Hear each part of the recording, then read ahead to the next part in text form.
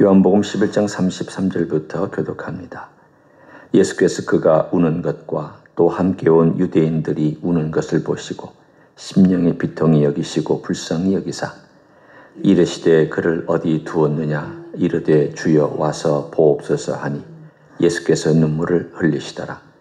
이에 유대인들이 말하되 보라 그를 얼마나 사랑하셨는가 하며 그중 어떤 이는 말하되 맹인의 눈을 뜨게 한 이 사람이 그 사람은 죽지 않게 할 수 없었더냐 하더라. 이에 예수께서 다시 속으로 비통히 여기시며 무덤에 가시니 무덤이 굴이라 돌로 막았거늘 예수께서 이르시되 돌을 옮겨 놓으라 하시니 그 죽은 자의 누이 마르다가 이르되 주여 죽은 지가 나흘이 되었으며 벌써 냄새가 나나이다. 예수께서 이르시되 내 말이 네가 믿으면 하나님의 영광을 보리라 하지 아니하였느냐 하시니 돌을 옮겨 놓으니 예수께서 눈을 들어 우러러 보시고 이르시되 아버지여 내 말을 들으신 것을 감사하나이다. 항상 내 말을 들으시는 줄을 내가 알았나이다. 그러나 이 말씀하옵는 것은 둘러선 무리를 위함이니 곧 아버지께서 나를 보내신 것을 그들로 믿게 하려 함이니이다. 이 말씀을 하시고 큰 소리로 나사로야 나오라 부르시니 죽은 자가 수족을 배로 동인채로 나오는데 그 얼굴은 수건에 쌓였더라.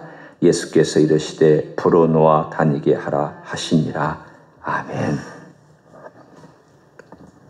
오늘 우리가 읽은 이 나사로가 죽음에서부터 나온 장면은 요한복음 전체가 강조하고 있는 가장 중요한 메시지들을 다 담고 있습니다. 먼저 우리가 이 내용들을 두 번 살펴봤죠. 예수님께서 갈릴리 지역에 계시다가 이틀을 더 유하시고 오셨을 때 나흘이 되었다. 나흘째가 되었다. 그리고는 마르다와 함께 대화하시는 그 장면을 통해서 주님이 어떤 생명을 주실지를 말씀해 주셨습니다. 그러니까 우리가 이미 어제 본 것처럼 나는 부활이요 생명이다. 이 말씀은 내가 야훼 하나님으로서 부활 생명을 줄 수 있지만 내가 부활 생명이다라고 주님은 선언해 주셨습니다. 예수님은 돌아가시지 않아도 우리에게 부활 생명 줄 수 있습니다. 그런데 그렇게 하지 않았습니다. 예수님은 우리 죽은 자들을 다시 다 살려내실 수 있는 능력의 하나님입니다. 말씀으로 하실 수도 있습니다. 그렇게 하시지 않았습니다. 어떻게 하셨느냐? 본인이 직접 죽으시고 직접 부활하심으로 내가 부활이다 라고 부활과 주님을 동격으로 오늘 우리들에게 선언해 주셨습니다. 오늘 그 사건을 이 죽은 자를 통해서 우리들에게 보여주십니다. 물론 나사로의 다시 살아난 것은 부활은 아닙니다. 이 사람 다시 죽었습니다. 나사로도 부활돼야 됩니다. 앞으로. 지금 어딘가에 그 모든 죽었던 요소들과 원소들이 다 흩어져 있겠죠. 뭐 흙이 되어 있겠죠. 먼지가 되어 있겠죠. 나사로도 죽었습니다. 결국 나사로 다시 살아나야 됩니다. 그러나 오늘 이 사건을 통해서 우리들에게 정확하게 보여주는 게 있습니다. 예수님께서 그렇게 하실 수 있는 능력이 있다라는 것을 보여주셨습니다. 장차 하시는 일은 또 다른 미래의 일들을 우리에게 이제 더 자세하게 말씀해 주시겠지만, 보여주시기도 하시겠지만, 이 사건을 통해 믿는 사람들이 뭘 보라고 말씀하시냐면 이와 비슷하게 앞으로 모든 죽은 자들이 일어날 것이다. 그리스도 안에서 죽은 자들이 이렇게 일어날 것이다 라고 하는 예표적인 사건으로 우리들에게 보여주고 있습니다. 하지만 그 모든 예표적인 사건에 굵직하게 뼈대를 이루고 있는 메시지가 3개가 있습니다. 하나는 예수님께서 사랑하신다라는 겁니다. 한번 먼저 보시죠. 먼저 앞부분을 좀 보겠습니다. 여기에 보면 성경에서 제일 짧은 구절이 하나 나옵니다. 이건 넌센스 퀴즈가 아니에요. 이게 진짜 퀴즈예요. 성경에서 제일 짧은 구절은 라고 만약에 진짜 퀴즈를 내면 요한복음 11장 35절 이렇게 딱 답하시면 여러분 상을 받습니다. 이 단어는 딱 두 단어입니다. 우리말로는 예수께서 눈물을 흘리시더라. 세 단어지만 영어도 두 단어고 헬라어도 두 단어입니다. 그러니까 한 절이 두 단어로 되어 있는 절이 없습니다. 적어도 3개 이상인데 여기만 두 단어예요. 그런데 이걸 왜 따로 두 단어만 한 절로 만들어 놨느냐? 이게 더 중요하죠. 성경이 제일 짧다 안 짧다 이건 정보 차원이고 메시지가 중요한 거죠. 왜 두 단어밖에 안 되는 이 절을 물론 요한복음이 지금 따로 한 거 아니에요. 요한이 한 거 아닙니다. 나중에 교부들이 이거를 하나씩 정리해서 나중에 후대 사람들이 읽기 편하게 해줄 때 절을 정해줄 때 왜 그들이 생각할 때 이 절이 중요했을까? 그리고 두 단어만 가지고 한 절을 정하게 되었을까? 그 의도를 한번 생각해 보면 원래 요한이 얘기하려고 하는 그 의도를 알 수가 있습니다. 그 의도는 뭐냐? 예수님께서 얼마나 나사로와 마리아와 마르다를 사랑하셨는지를 보여주는 단적인 단어가 예수께서 우셨더라 혹은 눈물을 흘리셨더라라는 이 단어들입니다. 생각해 보십시오. 예수님은 하나님이시잖아요. 죽음도 뛰어넘을 수 있는 하나님이시고 병과 사탄과 마귀나 귀신들이 예수님의 권세에 도전하지 못합니다. 그러면 우리가 생각할 때 그런 분이 이 죽음 앞에서 우셨다? 그리고 아무리 이게 사람들이 볼 때 그렇다 할지라도 그렇게까지 우실 일인가? 라고 생각할 수도 있잖아요. 그런데 오늘 이 사건은 우리들에게 뭘 말씀해 주시냐면 예수님께서 이 땅에 인간으로 오셔서 그 주변에 함께 삶을 나누었던 사람들과 공유했던 그 깊은 인간적인 감정들. 그건 세월이 쌓아준 거잖아요. 그냥 한 번 보고 야, 내가 너 사랑한다. 이렇게는 하나 안 하잖아요. 이 세월이 지나면서 만나고 기쁨도 슬픔도 교류하고 그 사람 집에 가서 먹고 자고 그 사람이 힘들 때 같이 공유해주고 기도 제목 나눠주고 그러면서 세월이 켜켜이 쌓여서 그 켜켜이 쌓여있는 경험과 감정과 관계와 그런 모든 것들이 사람들 안에 이렇게 다 쌓여져 있잖아요. 자식하고 관계도 그렇게 쌓여져 있고 부부관계도 그렇고 혹은 우리 교회 권사님들끼리도 그렇고 예를 들면 그렇게 쌓여져 있잖아요. 그걸 우리 순수 한국말로는 정이라고 얘기도 하지만 그러나 정만은 아니잖아요. 많은 것들이 거기 쌓여져 있습니다. 예수님께서 이 땅에 인간으로 오셔서 인간적으로 사랑했던 사람들이에요. 만나면 좋은 사람들이에요. 제가 어젠가 그저께도 얘기했지만 그 집에 가면 그냥 편해요. 마음이 통해요. 그들은 예수님을 사랑하고 예수님도 그들을 사랑하고 물론 예수님 먼저 사랑하시겠죠. 그리고 그 집에 가면 먹는 것도 즐겁고 대화도 즐겁고 모든 게 좋은 거예요. 예수님 너무너무 사랑했던 가정이죠. 근데 그 가정에 그들이 슬퍼하는 모습을 보면서 예수님도 같이 슬픈 거예요. 예수님도 같이 울음이 나와서 이 울었다라고 하는 이 짧은 한 구절을 통해서 예수님께서 그 가정을 얼마나 사랑하셨는가. 오늘 거기에 36절에 보면 이미 유대인들이 그 말씀을 하고 있지 않습니까? 이에 유대인들이 말하되 보라 그를 얼마나 사랑하셨는가. 유대인들이 대신 얘기해 주고 있는 내용 그대로입니다. 예수님 우셨습니다. 왜 우셨을까요? 제가 설명한 내용에다가 그 마음에 보면 여기에 33절에 그 이유들을 다 설명합니다. 심령에 비통히 여기시고 불쌍히 여기사. 불쌍히 여기신 것은 울고 있는 두 자매의 울음 때문이고요. 그리고 죽은 나사로 때문이기도 하지만 왜 비통히 여기셨다라는 표현을 썼을까요?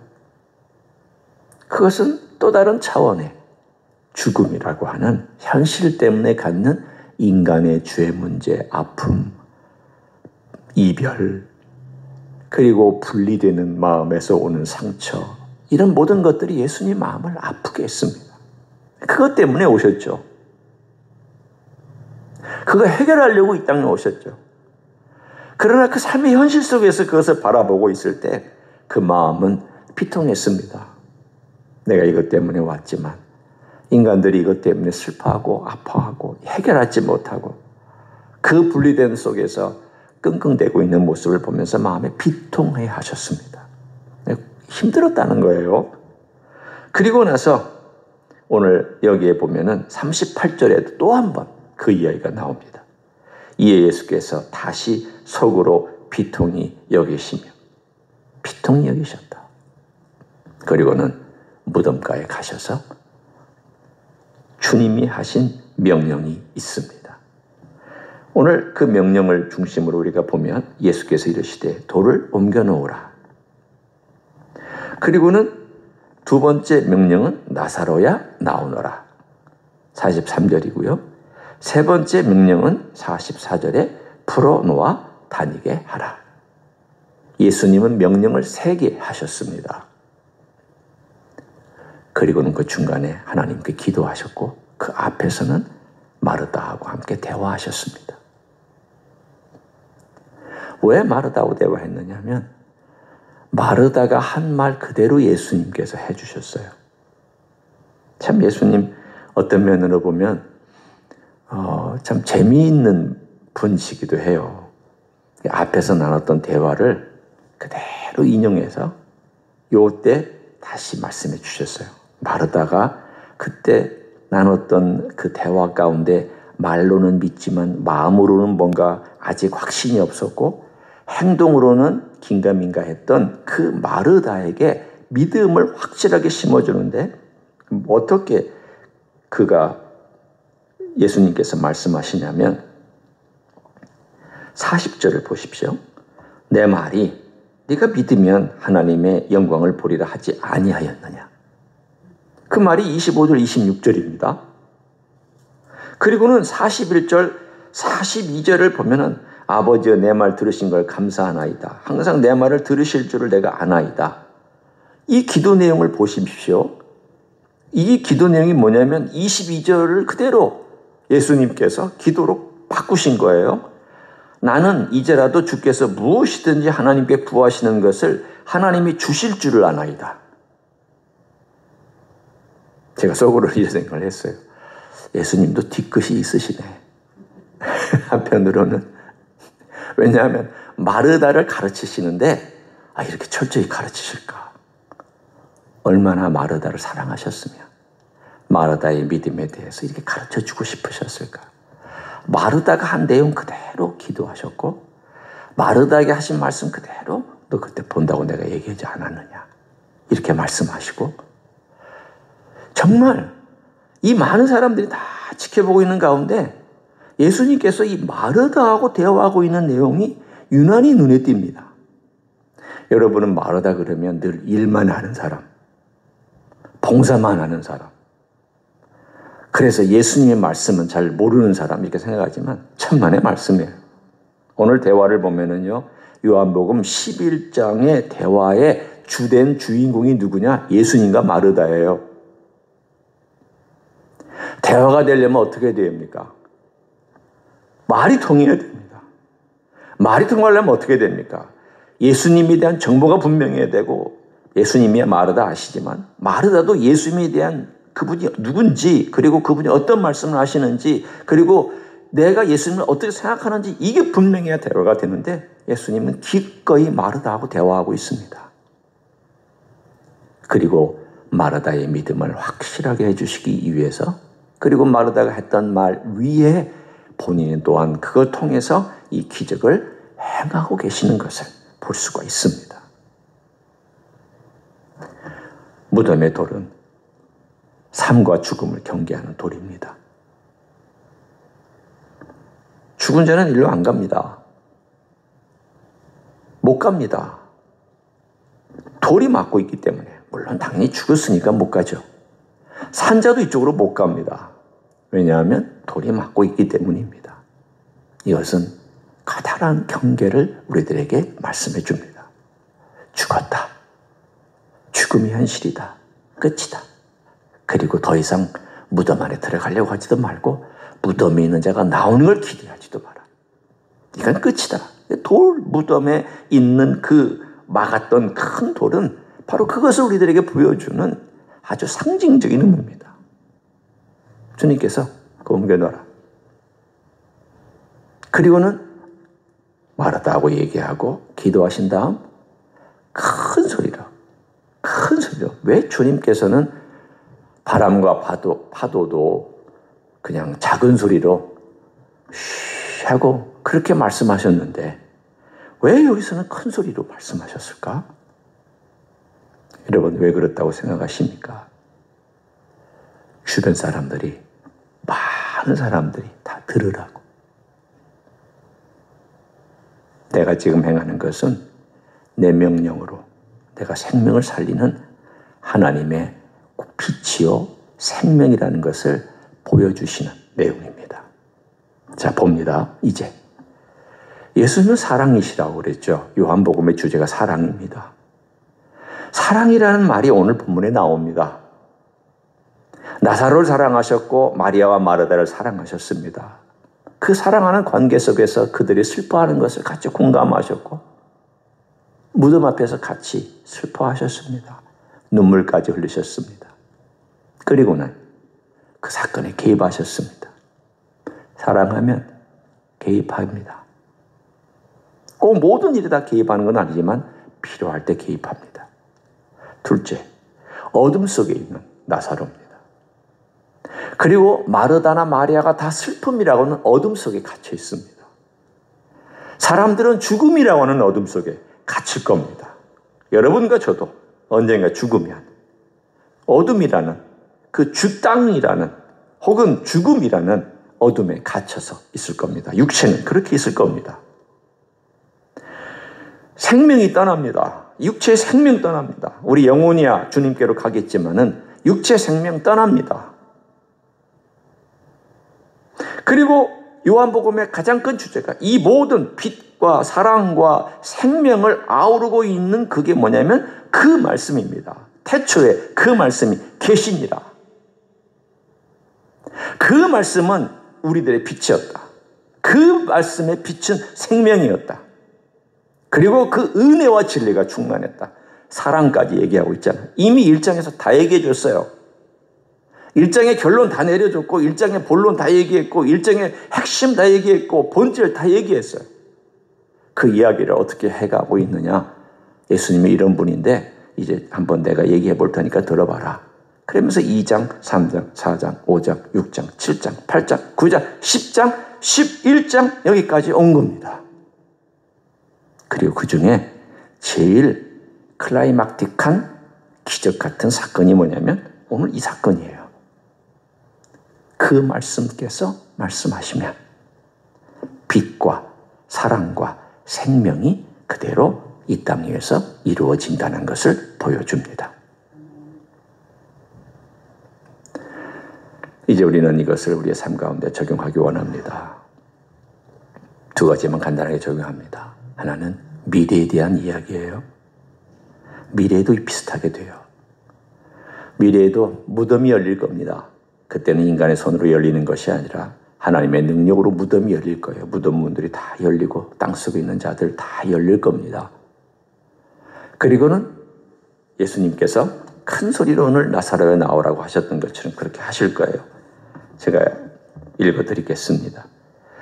데살로니가 전서 4장 16절에 보면 주께서 호령과 천사장의 소리와 하나님의 나팔 소리로 친히 하늘로부터 강림하시리니, 그때 첫 번째 나오는 게 예수님의 호령입니다. 오늘 여기 나와 있는 거하고 똑같아요. 큰 소리로 나사로야 나오라. 예수님 재림하실 때 예수님의 소리가 제일 먼저 들립니다. 저는 짐작해 봅니다. 제가 맞다 틀리다를 떠나서 그때 무슨 호령을 하실까? 이와 비슷한 호령이 아닐까라고 생각하는 거예요. 우리들의 이름을 동시에 불러주시는 건 아닐까? 예수님은 가능하죠. 그렇죠? 지금도 인간의 기술 가지고 동시에 이름 확 부르는 거 가능하지 않아요? 나만 들을 수 있는 이름. 그리고 들은 자가 일어나는 어떤 그 이름. 그 이름들을 예수님의 호령이 아닐까라고 저는 그냥 제 나름대로 생각해 봤습니다. 뭐 어떤 호령인지 성경에는 안 나옵니다. 그러나 예수님께서 나사로를 부르듯이 부를 미래가 다가온다. 내가 무덤에 있더라도 내 이름을 부르면 나는 그 이름 부르시는 예수님의 음성을 듣고 내 육체가 나사로처럼 벌떡 일어나 공중에서 주님을 맞이하게 될 그날이 다가오고 있습니다. 둘째는 현재 우리의 삶에서의 적용입니다. 주님의 음성은 어둠에 있는 우리의 삶을 빛으로 끌어냈습니다. 여러분이나 저나 지금 빛으로 와서 빛 가운데 살고 있는 사람들입니다. 예수님의 사랑 안에 살고 있습니다. 예수님의 생명이 내 안에 있기 때문에 그 생명으로 살고 있습니다. 그런데 이 생명이 그냥 잠재로만 남아있는 사람이 있고 조금씩 누리는 사람이 있고 많이 누리는 사람이 있습니다. 예수님의 부활 생명은 이미 우리 안에 들어와 있습니다. 다 모든 사람, 진실이 믿는 모든 사람들 속에는 부활 생명이 들어와 있습니다. 왜냐하면 성령께서 오실 때 예수님의 부활 생명 가지고 오셨기 때문입니다. 문제는 이 땅 살아가는 동안 내가 정말 완전히 부활될 그때까지 내가 이 땅에서 이 부활 생명이 얼마나 내 삶과 같이 동질감을 가지고 역사하느냐. 이건 숙제죠. 오늘 우리의 삶 속에서 우리를 두렵게 하는 두려움, 근심, 걱정, 또 우리를 힘들게 하는 환경, 조건, 사람 등등등의 많은 스트레스, 힘든 것들, 부활 생명하고는 늘 부딪히는 것들입니다. 어떻게 해야 되느냐? 우리 힘으로 어렵죠. 힘들죠. 이 부활 생명이 역사하도록 우리 주님께, 성령께 늘 부탁하는 기도 도와주십시오. 불쌍히 여겨주십시오. 제 안에서 예수의 부활 생명이 나타나게 역사해 주십시오.